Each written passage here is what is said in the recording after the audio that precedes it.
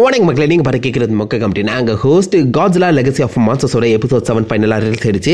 And இந்த எபிசோடில் மிக முக்கியமாக காட்ஸிலா வெர்சஸ் காங்குக்கு ஒரு மிகப்பெரிய லீட் வந்து கொடுத்துருக்காங்க. இந்த எபிசோட் எண்டில் நடந்த விஷயம் பாசிபிளி காட்ஸிலா எக்ஸ் காங்குக்கு கூட லீடப்பாக அமையலாம். அந்த அளவுக்கு ஒரு தரமான சம்பவத்தை செஞ்சுட்டு போயிருக்காங்க. மான்ஸ்டர்ஸ் பெருசாக காமிக்கல, காட்ஸிலா வரவே இல்லை. பட் அதை தாண்டி கதை வைஸாகவும் கேரக்டர் டெவலப்மெண்ட் வைஸாகவும் நிறைய இம்பார்ட்டன்ஸ் வந்து கொடுத்துருக்கிறது தெளிவாகவே தெரியுது. மொத்தமாக பார்த்துருவோம். போன எபிசோடில் அல்ஜீரியாவில் மிகப்பெரிய பாலைவனத்துக்கு நடுவில் ஹிரோஷியா மீட் பண்ண போனால் அவங்க பசங்க பிளஸ் நம்ம லீஷாவை சர்ப்ரைஸ் பண்ணுற மாதிரி நம்ம காட்ஸிலா உள்ள எழும்புறது மட்டும் இல்லாம அங்க வந்து நம்ம டீம் அந்த மொனார்க்கோட ஹெலிகாப்டர் கம்ப்ளீட்டா நொறுக்கிட்டு அமைதியா கிளம்பிடுச்சு. சோ அதை ஃபாலோ பண்ணி நம்ம லீஷா அண்ட் டுவால் வந்து பார்த்தா போயிருப்பாங்க. இவங்க 3 பேருமே அங்க இருந்து எப்படியாவது தப்பிச்சு சொந்த ஊர், அதாவது சான் பிரான்சிஸ்கோ டோக்கியோக்கு போயிடலாம்னு சொல்லி ஏர்போர்ட்ல வெயிட் பண்ணிட்டு இருப்பாங்க. டீம் மட்டும் பார்த்தீங்கன்னா எப்படியும் சர்ப்ரைஸா எஸ்கேப் ஆகியிருப்பாரு. லீஷா அங்க இருக்கவங்க எல்லாருமே செத்துட்டாங்க அப்படின்னு சொல்லி கையில கன்னோட வந்திருப்பாரு. பட் டீம் வந்து பார்த்தீங்கன்னா மண்ணுக்குள்ள இருந்து எழுச்சி வர மாதிரி காமிக்கப்பட்டிருக்கும். எனக்கு என்னமோ லீஷா தான் டெக்னிக்கலா மற்றவங்க எல்லாருமே போட்டு தள்ளி இருப்பாருன்னு நினைக்கிறேன். டீம் மண்ணுக்குள்ள இருந்தனால அவரை கண்டுபிடிக்கல போல. பட் எப்படியோ டீம் தப்பிச்சிட்டாரு. இப்போதைக்கு கேட் கென்டாரா அண்ட் மே 3 பேருமே அங்கிருந்து ஏர்போர்ட் மூலமா வேற ஒரு இடத்துக்கு போக பிளான் பண்ணிட்டு இருக்காங்க. சோ அந்த இடத்துல மே மட்டும் ரொம்ப நேரம் கிட்டத்தட்ட 40 நிமிஷத்துக்கு மேல இங்க ஆஜராகல. என்னதான் பண்ணிட்டு இருக்கா அப்படின்னு சொல்லி போய் பார்த்தா அந்த இடத்துல நம்ம மே ஆல்ரெடி வேற யாருக்கோ கால் பண்ணி என்ன எப்படியாச்சும் இங்க இருந்து கூட்டிட்டு போறீங்க, இதுக்கு நான் என்ன பண்ணணும் அப்படின்னு சொல்லி கேட்க மேவோட அந்த டிக்கெட் பாஸ்போர்ட் சொல்லி எல்லாத்தையுமே அதே இடத்துல விட்டுட்டு ஒரு பிரைவேட் பிளேன்ல இப்போதைக்கு மேவை வேற யாரோ 2 பேர் கூட்டிட்டு போற மாதிரி தெரியுது. இவங்க கண்டிப்பா மொனார்க்கி கிடையாது. இந்த இடத்துல நம்ம மேவோட பாஸ்ட் லைஃபை பார்க்க ஆரம்பிக்கிறோம். கிட்டத்தட்ட 3 வருஷத்துக்கு முன்னாடி பிரெண்டாங்கிற ஒரு கேரக்டர் நம்ம மேவை வந்து ரெக்ரூட் பண்ணிருக்காங்க. சோ எங்க இருந்து தெரியாம இவ ஒரு பெர்ஃபெக்ட்டான ஹேக்கரா இருக்கா, நல்லா கோடிங் பண்றான்னு சொல்லி இவளை வந்து பாத்தீங்கன்னா AET அப்படிங்கிற ஒரு கம்பெனி கீழ வந்து ரெக்ரூட் பண்ணிருக்காங்க. வெளிப்புறமா ஒரு டெக்னாலஜிக்கல் கம்பெனியா அவங்க இருந்தாலும் உள்ளுக்குள்ள அவங்க ரொம்ப கொடூரமா பல விஷயங்களை பண்ணிட்டு இருக்க விஷயம் இந்த பக்கம் மேக்கு தெரிய வருது. சோ ஒரு முறை இந்த AET குள்ள இருக்க மெயின் ஃப்ரேமையே இவங்க ஹேக் பண்ற மாதிரி தெரியுது. சோ அந்த சமயத்துல இவங்களுடைய உண்மையான பேர் கோரா. ஸோ மேங்கிறது உங்களுடைய ஹேக்கர் நேம்னு நினைக்கிறேன். காரணம் இந்த இடத்துல அவங்க டெக்னிக்கலாக அந்த மெயின் ஃப்ரேமை ஆக்சஸ் பண்ணும்போது இப்போ லாகின் பண்ணியிருக்க அந்த நேமை நோட் பண்ணுங்க, மெயின் தான் சொல்லி எழுதப்பட்டிருக்கு. ஸோ விச் மீன்ஸ் மேங்கிறது உங்களுடைய ஹேக்கர் நேமாக இருக்கணும். ஸோ கோரா தான் உங்களுடைய உண்மையான பேர். ஸோ ஹேக் பண்ணி பார்க்கும்போது நீங்கள் ஏதோ சைபர்நெட்டிக்கில் சில விஷயங்கள் வந்து பண்ணிட்டு இருக்க விஷயம் தெரிய வருது. ஸோ அந்த ஆக்சஸ் கோடை எடுத்து சைபர்நெட்டிக் நியூரோ என்ஹான்சிங் யூனிட்டுக்குள்ள அவங்க போய் பார்த்தா உள்ள பல சீக்ரெட்டான விஷயங்கள் நடந்துட்டு இருக்கு. முக்கியமாக இந்த ஒரு கம்ப்யூட்டருக்குள்ள அவங்க லாகின் பண்ணி பார்க்கும்போது ஏகப்பட்ட சிம்பான்சிஸ் அண்ட் குரங்குகளோட அந்த நியூரல் இன்டர்ஃபேஸை அவங்க எடுத்துட்டு இருக்காங்க. ஆர் பாசிபிளி அந்த நியூரல் இன்டர்ஃபேஸை அவங்க அனலைஸ் பண்ணிட்டு இருக்காங்கன்னு நினைக்கிறேன். இதை கம்ப்ளீட்டா AET தனியாக தான் பண்றாங்க. மொனார்க்குக்கும் இதுக்கும் சம்மந்தம் இல்லை நீங்க நினைப்பீங்க. பட் இந்த ஸ்பிளிட் செகண்ட் நீங்க நோட் பண்ணி பாருங்க, பின்னாடி இருக்க அந்த கம்ப்யூட்டர்ல மொனார்க் லோகோ தான் இருக்கு.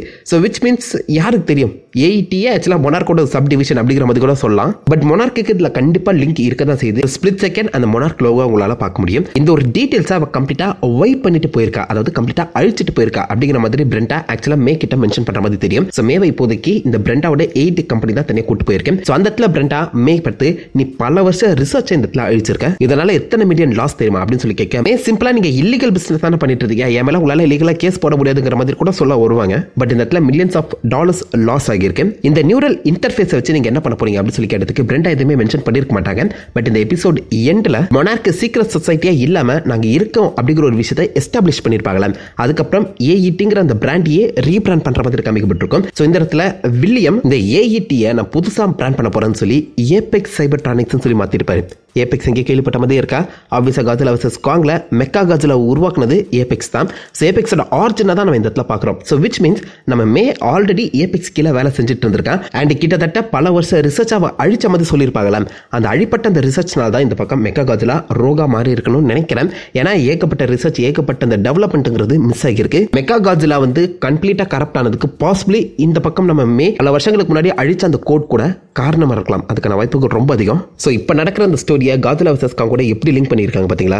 அண்ட் ஏபெக்ஸ் என்ன பொறுத்த வரைக்கும் பாசிபிளி இதுக்கப்புறம் காட்ஸிலா எக்ஸ் காங்லையுமே வரதுக்கான வாய்ப்புகள் அதிகம். அதை எப்படி ஹேண்டில் பண்ண போறாங்கன்னு பொறுத்தது பார்ப்போம். இதுக்கு நடுவில் தான் டெக்னிக்கலா நம்ம மே வந்து அந்த கோட் எல்லாத்தையுமே அழிச்சிட்டு அங்கிருந்து கிளம்பி டோக்கியோல வந்து செட்டில் ஆயிருப்பான். அதாவது தன்னுடைய ஐடென்டிட்டியை மறைச்சு வந்து செட்டில் ஆயிருப்பா. அவருடைய ஃபேமிலியை கம்ப்ளீட்டா மிஸ் பண்ற மாதிரி தான் காமிக்கப்பட்டிருக்கும். அவளுக்கு ஒரு தங்கச்சி லைரா இருக்க மாதிரி மென்ஷன் பண்ணியிருப்பாங்க. அதுக்கப்புறம் தான் இப்போ நடந்த எல்லா விஷயங்களுமே நடந்திருக்கும். ஸோ இப்போ இவ திரும்ப AET கூட அவளுக்கு இருந்த அந்த பழைய வாய்க்கா தகராற பேசி தீர்த்துக்கலான்னு வந்திருக்கான். ஸோ அது ஒரு பக்கம் நடந்துட்டு இருக்கும்போது இந்த பக்கம் ஏர்போர்ட்ல மே எங்கன்னு சொல்லி தேடிட்டு இருந்த நம்ம கேட் அண்ட் கென்டாரோ திடீர்னு டிம்மை பார்க்குறாங்க. டிம்முமே அங்கிருந்து தப்பிக்கலாம்னு சொல்லி தான் ஏர்போர்ட்டுக்கு வந்திருப்பாரு. பட் பாவம் மொனார்க்குக்கும் மேவோட அந்த கடத்தலுக்கும் எந்த ஒரு சம்மந்தமுமே கிடையாது. அது தெரியாம கேட் வந்து டிம்மை ஏறுன்னு ஏற டிம் வந்து இங்க பாருப்பா நான் உனக்கு ஹெல்ப் பண்றேன், மொனார்க் இருக்க எல்லா டீட்டெயில்ஸுமே சொல்றேன், பட் மேவை நாங்க கடத்தல அப்படிங்கிற மாதிரி சொல்லும்போது கேட்டுமே அதை அக்செப்ட் பண்ற மாதிரி தான் தெரியுது. பட் கென்டாரோ திரும்ப நம்ம மொனார்க்கு கீழே இருக்கணுமா, மொனார்க்கை நம்பணுமா அப்படின்னு சொல்லி தனியாக ஒரு ஓரமா நின்று பேசிட்டு இருப்பாங்க. அந்த இடத்துல அந்த ஏர்போர்ட்டுக்கு பின்னாடி அந்த கண்ணாடி டோர்ல அடிக்க டோன் பண்ணி பார்த்தீங்கன்னா அந்த காட்ஸிலா வார்னிங் இருக்கு. ஸோ எல்லா நாடுகள்லையுமே டோக்கியோ, சான் பிரான்சிஸ்கோ மட்டும் இல்லாமல் உலக நாடுகள் எல்லா நாடுகளிலுமே காட்ஸிலா வார்னிங் இருக்கத்தாங்க செய்யுது.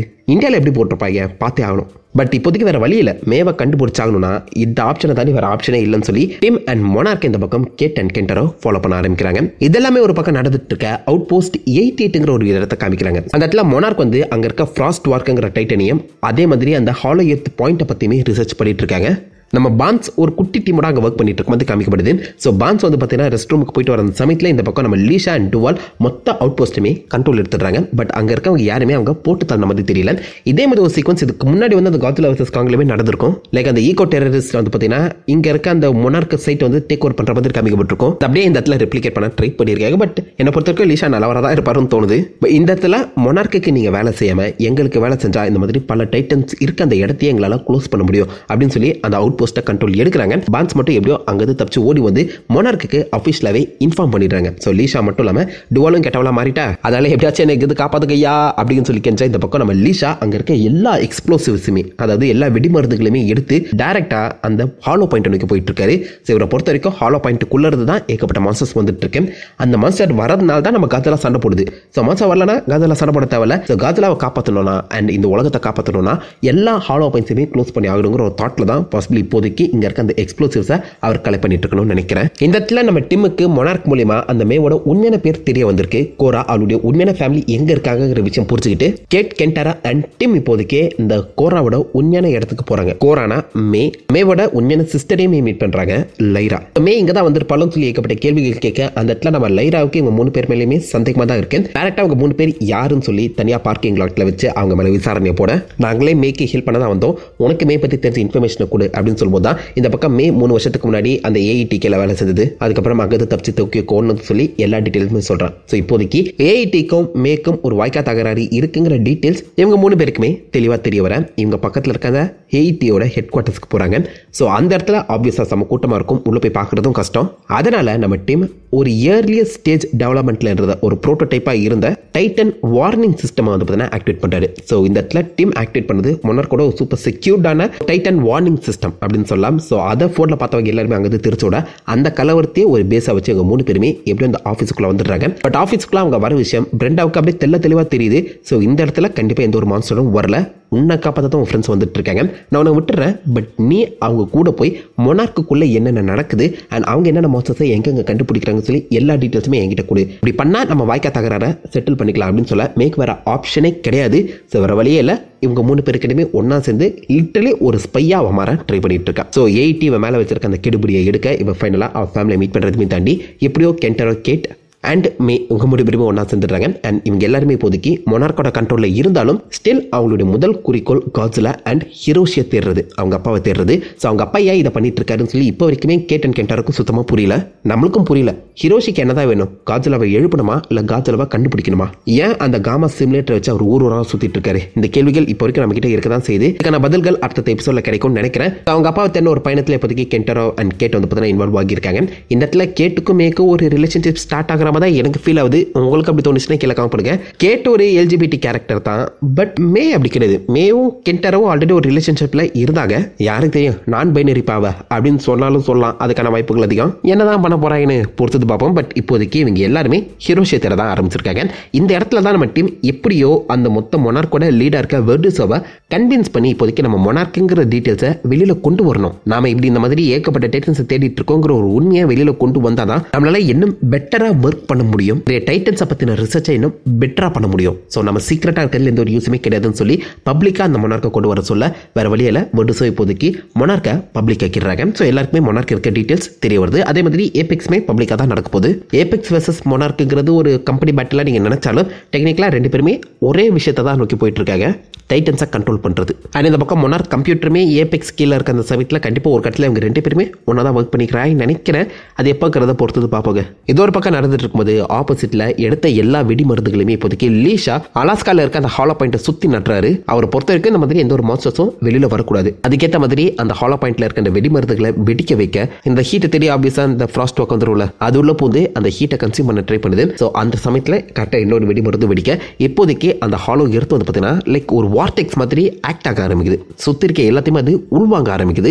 அந்த சமயத்தில் அந்த ஸ்பெசிபிக் ஷாட்டை நீங்க நோட் பண்ணி பாருங்க. ஃப்ராஸ்ட் வார்க்குமே அந்த சுழல்ல மாட்டிக்க தான் செய்யுது. அது எவ்வளவு தமா தூண்டா இருக்கு. பட் லீஷா சும்மா இல்லாம மத்த எல்லா வெடிமருந்துகளுமே வெடிக்க வைக்க அந்த ஹாலோ பாயிண்ட் அன்ஸ்டேபிள் ஆகி கொலாப்ஸ் ஆயிடுதுங்க. ஐ மீன் லிட்டரலா ஒரு ஹாலோ பாயிண்ட் இந்த இடத்துல நம்ம லீஷா க்ளோஸ் பண்ணியிருக்காரு.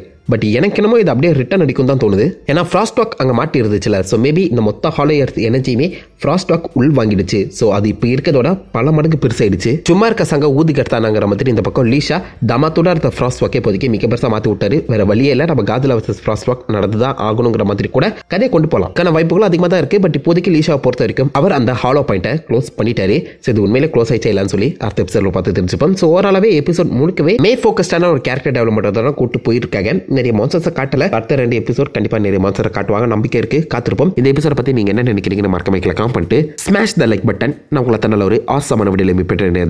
Have fun guys. வட்டா.